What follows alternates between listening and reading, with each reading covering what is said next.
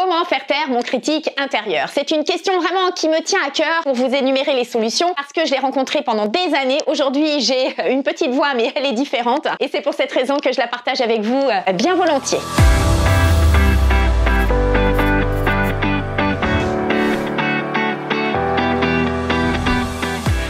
Bonjour à tous, mon nom est Karine Osurdo, je suis thérapeute en hypnose, je suis coach, je suis formatrice et j'accompagne des femmes, des hommes à se libérer de leur histoire, à lever les éléments de blocage pour qu'ils soient enfin heureux dans leur vie. Et avec Lucas, mon fils, nous sommes les fondateurs du blog heureuxdansmavie.com et d'ailleurs à ce titre, je vous invite à télécharger notre e-book qui s'intitule Comment être heureux dans notre vie avant qu'il ne soit trop tard. Et puis je vous invite à vous abonner sur cette chaîne YouTube, donc si c'est votre première visite, évidemment soyez les bienvenus. Vous pouvez donc appuyer sur cette cloche pour vous y abonner, recevoir les contenus en priorité et puis également vous abonner à Instagram, Facebook, enfin tout ce que Lucas gère et d'autres encore et je vous laisse faire et je vous en remercie par avance. Alors la thématique d'aujourd'hui c'est comment faire taire ce critique intérieur. Alors pour le faire taire, finalement vous avez juste à faire votre RME. Alors je vais revenir sur les solutions, c'est-à-dire le RME, mais avant je veux bien qu'on définisse ensemble c'est quoi cette espèce de critique intérieure. Ce que j'appelle le critique intérieur, c'est cette espèce de voix qui tourne en boucle depuis des années, vous savez, comme une petite voix sur le côté ou l'autre côté et en fait qui vous sclérose, qui vous empêche d'avancer et qui vous dit t'es pas assez ceci, t'es trop cela, tu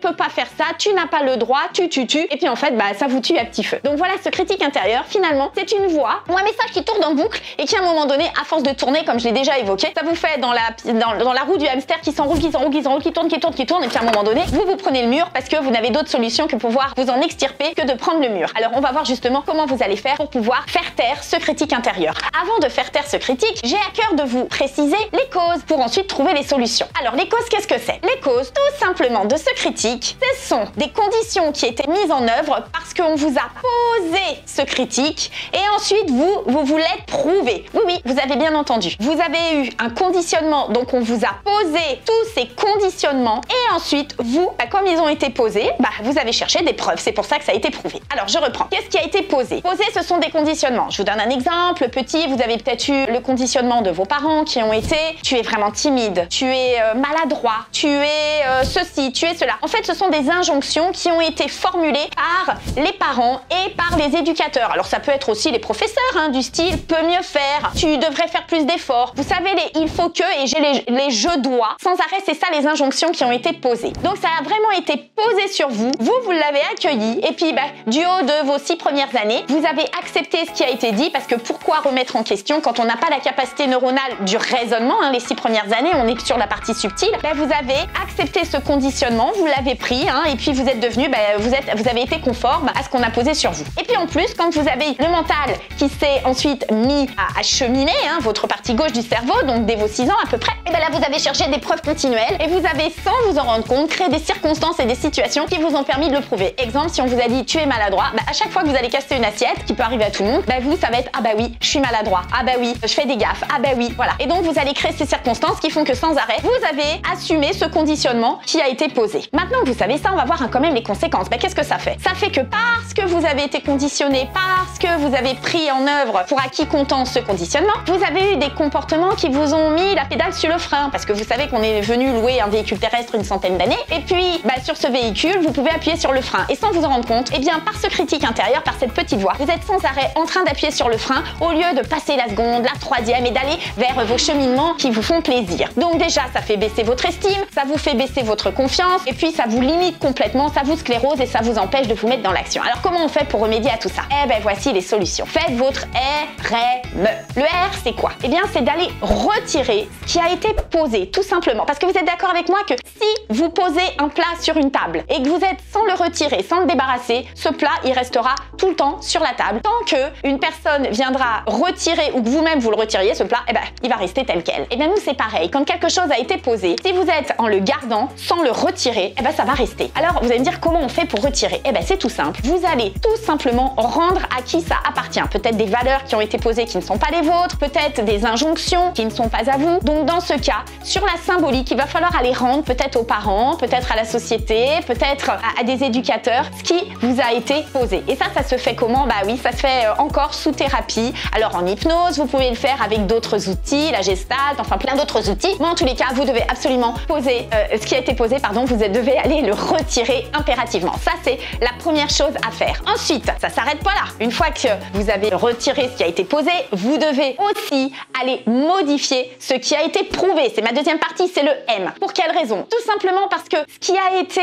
prouvé, si vous êtes en gardant ces preuves, bah vous allez continuer, hein, puis ça va vous fatiguer. Mais en même temps, ce qui est prouvé, c'est un angle de vue. Parce que regardez, moi, cette main-là, c'est bien ma gauche. Mais vous, de l'autre côté, si vous changez de perception, si vous vous mettez de l'autre côté, bah pour vous, c'est votre droite. Donc vous voyez bien que quelque chose qui apparaît d'un côté peut être de l'autre côté perçu autrement. Donc c'est d'aller modifier vos angles de vue. Comment on fait pour aller modifier vos angles de vue? C'est d'abord de reprendre chacune de vos croyances. Par exemple, je suis maladroit, j'y arriverai jamais, je suis jamais à la hauteur, je suis toujours dans l'échec, je suis timide, je suis irresponsable, je suis, bah voilà, vous vous jugez sans arrêt. Déjà, la première chose, c'est d'aller comprendre qu'est-ce qui fait, quelle est cette cause et quelles sont les preuves. Et ensuite, d'aller de chacune de ces preuves, regarder le coût que ça a généré par rapport à votre bénéfice. Et ensuite, de faire évoluer votre angle de vue en disant, mais en quoi je grandis de ça? Ok, ça c'était hier. Maintenant, qu'est-ce que je veux vraiment et en quoi je peux grandir de ça? Ok, peut-être que jusqu'à présent, j'ai été maladroit. Qu'est-ce que je dois faire pour être différent, pour être autre que maladroit? Bah, peut-être focaliser plus mon attention sur la tâche. Peut-être être plus focus sur ma concentration. Peut-être croire plus en moi. Donc, il va falloir effectivement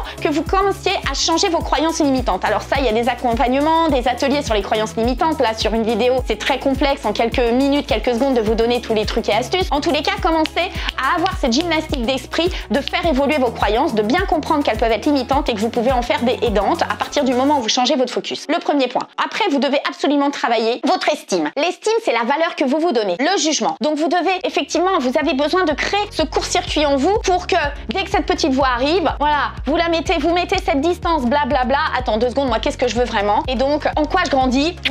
Je me congratule, je me félicite, j'avance et même si j'ai cassé une assiette, même si je suis maladroit, même si j'ai fait ceci, j'ai fait cela, en quoi je grandis de cela et en quoi je me valorise de cela, quel bénéfice j'en récupère. Donc ça, c'est ce qui va vous permettre de modifier vos angles de vue, vos perceptions et donc la preuve que vous avez mis jusqu'à présent sur ce critique intérieur. Et le troisième point, très important, une fois qu'on a fait déjà ce travail, vous devez entretenir, c'est comme en amour, entretenir la flamme. Vous devez entretenir ce que vous avez mis en place. Et comment ça se fait? Ça passe par le mental, ça passe par le musclé avec des pensées positives que vous allez développer impérativement et à chaque fois que vous avez des pensées négatives qui arrivent, c'est-à-dire ce petit hamster qui vous juge, tout de suite le neutraliser en arrêtant de vous comparer. Dans le mot comparer, il y a le mot con, s'il vous plaît, revenez à vous, recentrez-vous à l'être extraordinaire que vous êtes et soyez bienveillant, développez votre bienveillance. Oui, vous faites des boulettes, oui, ça arrive. Je vais vous donner un exemple. Il y a quelques semaines avec Lucas, nous avons fait une boulette, nous avons envoyé une thématique qui était comment bien communiquer dans votre couple à une liste de distribution de mon ancienne vie que je souhaitais pas du tout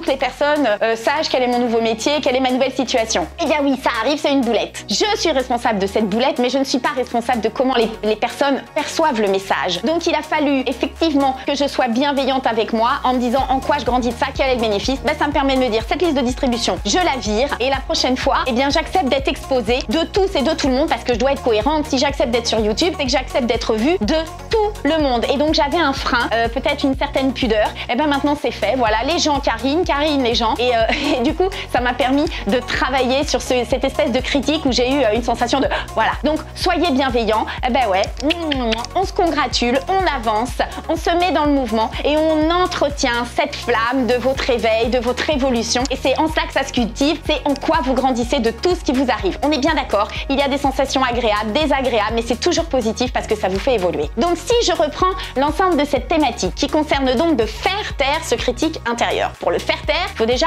comprendre qu'on l'entend, on l'écoute même. Comprendre l'origine. L'origine, donc ce sont les injonctions de l'enfance, les éducateurs, c'est ce qui vous a été posé et ce qui vous a été prouvé, c'est-à-dire par votre expérience de vie. Ensuite, pour modifier tout ça, vous allez donc devoir retirer ce qui a été posé, vous le rendez, vous allez le modifier en travaillant sur vos croyances pour développer votre estime et vous allez l'entretenir par la bienveillance, par la congruence que vous allez vous donner à l'être que vous êtes. Voilà comment on fait. Alors, si cette thématique vous a intéressé, je vous invite à la liker, à la partager, à en faire bénéficier au plus grand nombre. Je vous invite aussi à mettre certains de vos commentaires avec peut-être vos anecdotes, comme je viens de donner en dernier lieu sur la mienne. Et puis d'abord, ça m'aidera pour mon référencement et je vous en remercie par avance. Et puis, ça permet de créer du lien, de créer de l'émulation entre nous tous. Donc, en tous les cas, je vous remercie beaucoup pour ce partage, cette écoute, ce temps passé ensemble.